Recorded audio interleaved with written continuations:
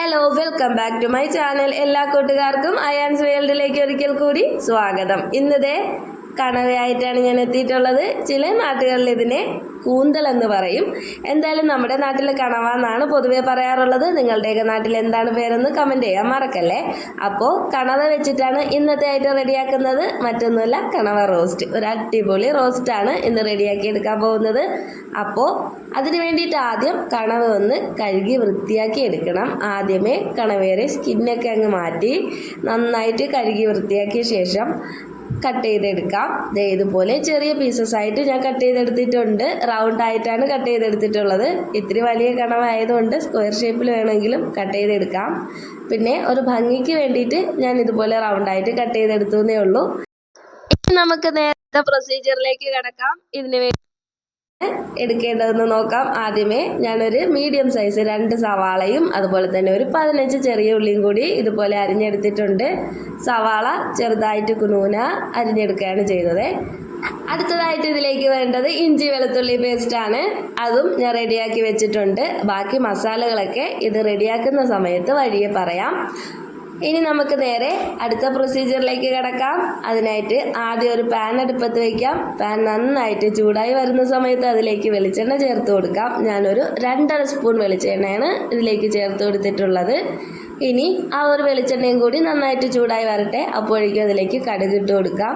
കടുകും കൂടി നന്നായിട്ടൊന്ന് പൊട്ടി വരുന്ന സമയത്ത് നേരത്തെ എടുത്ത് വെച്ചിട്ടുള്ള സവാളയും കൊച്ചുള്ളിയും കൂടെ ചേർത്ത് കൊടുക്കാം. രണ്ടും ഒരുമിച്ച് തന്നെയാണ് ഞാൻ വഴറ്റിയെടുക്കുന്നത്. ഇനി എന്താണെന്നറിയാലോ, ഇനി നേരെ അങ്ങ് വഴറ്റി വേവിച്ചെടുക്കുക.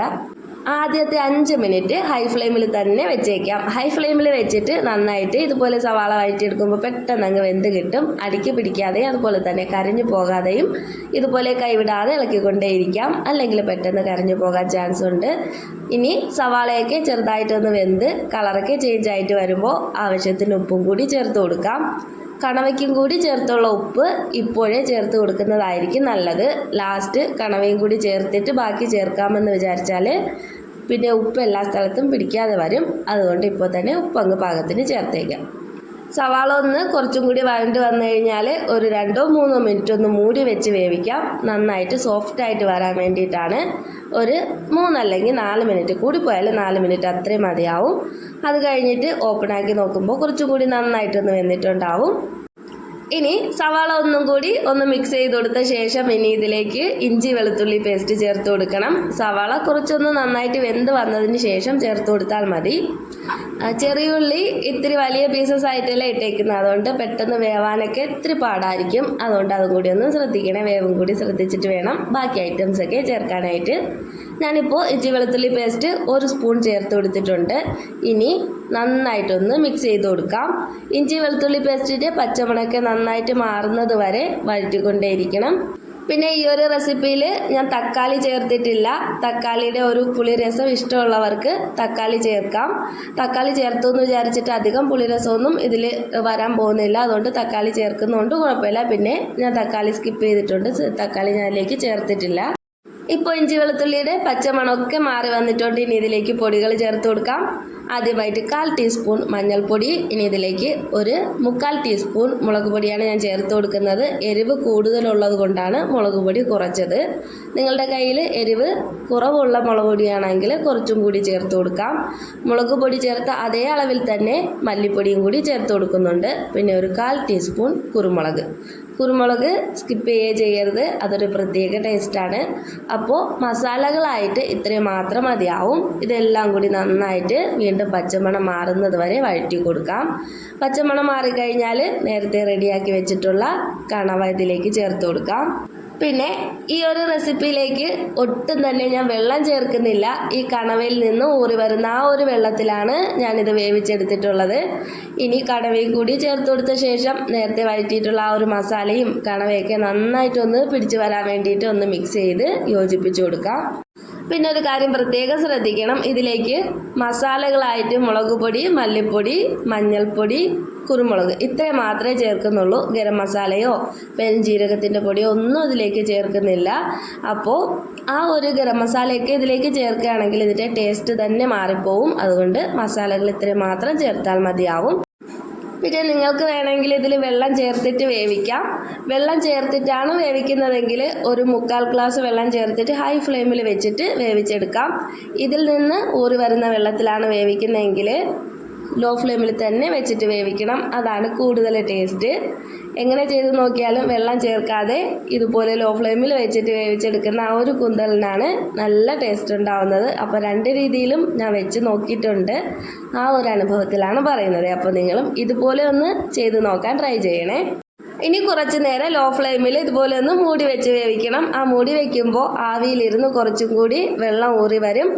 ആ ഒരു ആവിയിൽ തന്നെ നന്നായിട്ട് വെന്ത് കിട്ടുകയും ചെയ്യും. മൂടി മാറ്റി നോക്കുമ്പോൾ ഇതുപോലെ വെള്ളമൊക്കെ നന്നായിട്ട് അതിൻ്റെ ഉള്ളിൽ നിന്ന് ഇറങ്ങി വന്നിട്ടുണ്ട്. അതുകൊണ്ട് തന്നെയാണ് കൂടുതൽ വേറെ അഡീഷണലായിട്ട് വെള്ളം ചേർക്കേണ്ടതെന്ന് പറഞ്ഞത്. ഒട്ടും തന്നെ വെള്ളം ചേർത്തില്ലെങ്കിലും ആ ഒരു കണവയൊക്കെ ലോ ഫ്ലെയിമിൽ വെച്ച് വേവിക്കുന്നതുകൊണ്ട് കറക്റ്റ് വേവിൽ തന്നെ കിട്ടും, നന്നായിട്ട് വെന്ത് കിട്ടും.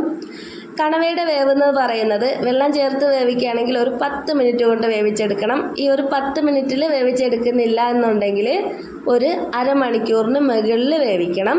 എന്നാലാണ് അതിൻ്റെ ഒരു കറക്റ്റ് വേവിൽ കിട്ടുന്നത്. അരമണിക്കൂറിൽ കൂടുതൽ വേവിച്ചില്ല എന്നുണ്ടെങ്കിൽ റബ്ബർ പോലെ ഇരിക്കും, നല്ല കട്ടിക്കിരിക്കും. അതല്ല എന്നുണ്ടെങ്കിൽ കറക്റ്റ് 10 മിനിറ്റിൽ വേവിച്ചെടുക്കുകയാണെങ്കിലും നല്ല സോഫ്റ്റായിട്ട് കിട്ടും. അപ്പോൾ ആ ഒരു വേവിൻ്റെ സമയം ശ്രദ്ധിക്കാൻ മറക്കല്ലേ. ഇപ്പോൾ ഏകദേശം അതിൻ്റെ ഉള്ളിൽ നിന്ന് വന്ന വെള്ളമൊക്കെ ചെറുതായിട്ട് വറ്റി തുടങ്ങിയിട്ടുണ്ട്. ഇനി ആ വെള്ളമൊക്കെ വറ്റി നല്ലതായിട്ട് വറ്റിയതിന് ശേഷം വീണ്ടും കുറച്ചുകൂടി റോസ്റ്റാക്കി എടുക്കണം. അപ്പോഴാണ് ആ ഒരു കറക്റ്റ് ടേസ്റ്റിൽ കിട്ടുന്നത്. ഞാനൊരു അരമണിക്കൂറോളം വേവിച്ചെടുത്തിട്ടുണ്ട്. അപ്പോൾ നല്ല സോഫ്റ്റായിട്ട് തന്നെ കിട്ടിയിട്ടുണ്ട്. അപ്പോൾ ഇതുപോലെ ഒരിക്കലെങ്കിലും ട്രൈ ചെയ്തിട്ടില്ലാത്തവർ ഒരു പ്രാവശ്യമെങ്കിലും ഒന്ന് ട്രൈ ചെയ്ത് നോക്കണേ. അടിപൊളി ടേസ്റ്റാണ്. ഇപ്പോൾ ആ മസാലയൊക്കെ കണവയുടെ ഉള്ളിലൊക്കെ ആയി നന്നായിട്ട് മസാലയൊക്കെ പിടിച്ച് വന്നിട്ടുണ്ട്. ഇതുപോലെ റൗണ്ടായിട്ട് കട്ട് ചെയ്യുകയാണെങ്കിൽ അതിനകത്തൊക്കെ മസാല കയറുമ്പോൾ കഴിക്കുന്ന സമയത്ത് നല്ലൊരു ടേസ്റ്റാണ്. അതിന് വേണ്ടിയിട്ടാണ് ഞാൻ റൗണ്ടായിട്ട് കട്ട് ചെയ്തെടുത്തത്. കാണുമ്പോൾ ഒരു നല്ലൊരു ഭംഗിയല്ലേ, കാണുമ്പോൾ തന്നെ കഴിക്കാൻ തോന്നുന്നു. നല്ല കൊത്തിയാവുന്ന ഒരു മണമാണ് ഈ ഒരു സമയത്തൊക്കെ വരുന്നത്. ഒരു അടിപൊളി ടേസ്റ്റുമാണ്. ഇപ്പോൾ ഏകദേശം വെന്ത് കിട്ടിയിട്ടുണ്ട്. ഇനി കുറച്ചും കൂടി ഒന്ന് നന്നായിട്ട് റോസ്റ്റാക്കി എടുക്കണം. ലാസ്റ്റ് കുറച്ച് കറിവേപ്പില കൂടി ഞാൻ ഇതിലേക്ക് ചേർത്ത് കൊടുക്കുന്നുണ്ട്. മല്ലിയില ഉണ്ടെങ്കിൽ അതും കൂടി ചേർത്ത് കൊടുക്കാം. എൻ്റെ കയ്യിൽ മല്ലിയില ഇല്ലാത്തത് കൊണ്ട് കറിവേപ്പില മാത്രമേ ഞാൻ ചേർത്ത് കൊടുക്കുന്നുള്ളൂ. പിന്നെ കുരുമുളകിൻ്റെ ടേസ്റ്റ് ഇഷ്ടമുള്ളവർക്ക് ഈ സമയത്ത് കുറച്ചും കൂടി ചേർത്ത് കൊടുക്കാവുന്നതാണ്. ആദ്യം ചേർത്ത് കൊടുക്കുന്നത് കൂടാതെ കുറച്ചും കൂടി ചേർത്ത് കൊടുക്കുക ലാസ്റ്റ് ആവുമ്പോൾ. അതാവുമ്പോൾ ലാസ്റ്റ് കഴിക്കുന്ന സമയത്ത് കുരുമുളകിൻ്റെ ടേസ്റ്റ് കുറച്ചും കൂടി ഒന്ന് എടുത്തറിയും.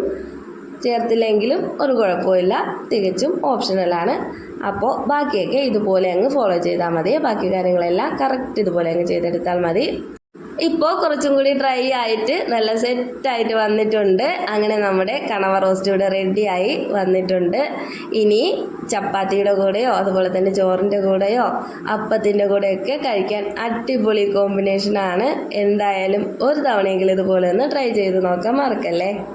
എൻ്റെ വീഡിയോ ആദ്യമായിട്ട് കാണുന്ന കൂട്ടുകാരുണ്ടെങ്കിൽ ഉറപ്പായിട്ടും ചാനലൊന്ന് സബ്സ്ക്രൈബ് ചെയ്തേക്കണേ. തൊട്ടടുത്തുള്ള ബെല്ലൈക്കണും കൂടി ഒന്ന് പ്രസ് ചെയ്തേക്കണം. എന്നാൽ മാത്രമേ ഞാനിടുന്ന വീഡിയോസിൻ്റെ എല്ലാ നോട്ടിഫിക്കേഷൻ കറക്റ്റായിട്ട് നിങ്ങളിൽ എത്തുകയുള്ളൂ. ഇതുപോലെ ഇതിനു മുന്നേയും ഒരുപാട് കുക്കിംഗ് വീഡിയോസ് ഞാൻ അപ്ലോഡ് ചെയ്തിട്ടുണ്ട്. അതൊക്കെ എടുത്ത് കണ്ട് സപ്പോർട്ട് ചെയ്യാനും മറക്കല്ലേ. ഒരുപാട് കുക്കിംഗ് വീഡിയോസും അതുപോലെ വ്ളോഗ്, ഷോപ്പിംഗ് വീഡിയോസ് എല്ലാം അപ്ലോഡ് ചെയ്തിട്ടുണ്ട്. എൻ്റെ പ്രീവിയസ് വീഡിയോസ് കാണാത്തവരാരെങ്കിലും ഉണ്ടെങ്കിൽ അതും കൂടി ഒന്ന് എടുത്ത് കണ്ടേക്കണേ. അപ്പോൾ ഇനി നമുക്ക് അടുത്തൊരു അടിപൊളി വീഡിയോ ആയിട്ട് വീണ്ടും കാണാം. അതുവരേക്കും എല്ലാ കൂട്ടുകാർക്കും ശുഭദിനം. എല്ലാവർക്കും നല്ലൊരു ദിവസം ആശംസിച്ചുകൊണ്ട് tata, bye bye. Bye Ayaan's world.